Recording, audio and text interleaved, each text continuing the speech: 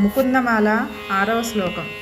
దివి వా భువి వా మమాస్తు వాసః నరకే వా నరకాంతక ప్రకామం అవధీరిత సారదారవిందౌ చరణౌ తే మరణేపి చింతయామి. ఇక్కడ దివివా భువివా నరకేవా అన్నప్పుడు ఆళ్వార్ స్వర్గము భూమి నరకం అనే లోకాలని పేర్కొన్నారు. సాధారణంగా మనం స్వర్గాన్ని కోరుకుంటూ నరకానికి భయపడతాం. కానీ ఆళ్వార్ దృష్టి స్థలం మీద కాదు, భగవత్ స్మరణ మీద ఉంది. ఎక్కడ ఉంచావు అనేది ముఖ్యం కాదు, నిన్ను మర్చిపోకుండా ఉంచు అన్నది ఆయన సందేశం. నరకాంతక అంటే నరకాసురుని సంహరించినవాడు. అలాగే మనలోని అజ్ఞానం, పాపం, సంసార బంధం అనే అంతరంగ నరకాన్ని కూడా తొలగించేవాడు.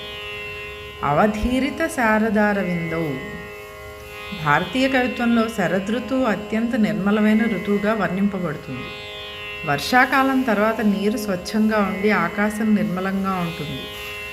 కమలాలు పూర్తిగా వికసిస్తాయి. అందుకే శారదార విందం అంటే పరిపూర్ణ సౌందర్యం, పవిత్రత, నిర్మలత్వానికి ప్రతీక.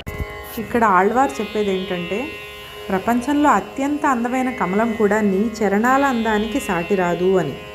ఇది కేవలం శరీర సౌందర్య వర్ణన కాదు, ఆయన చరణాల్లో ఉన్న కరుణ, శరణాగతిని అందించే స్వభావం, రక్షణ, మోక్షప్రదత్వం, ఈ గుణాలన్నీ వాటిని కమలం కంటే గొప్పగా చేస్తాయి.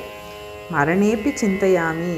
మరణేపి చింతయామి అంటే కేవలం చనిపోయే సమయంలో భగవంతుని స్మరించాలి అనే కోరిక కాదు.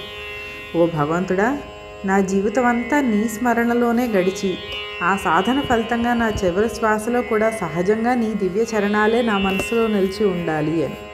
ఇది భక్తుని స్వశక్తిపై నమ్మకం కాదు, భగవంతుని కృపపై సంపూర్ణ విశ్వాసం. చివరి క్షణంలో భగవంతుని స్మరణ అనేది ఆ ఒక్క క్షణంలో చేసే ప్రయత్నం కాదు, జీవితమంతా చేసిన భగవత్ స్మరణకు లభించే దివ్య కృప. ఈ శ్లోకం మనకు ఒక గొప్ప సత్యాన్ని బోధిస్తుంది.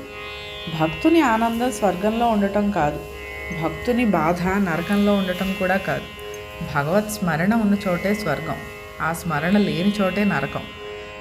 అందుకే కులశేఖర్ ఆళ్వారి జీవిత పరిస్థితులను మార్చమని అడగటం లేదు.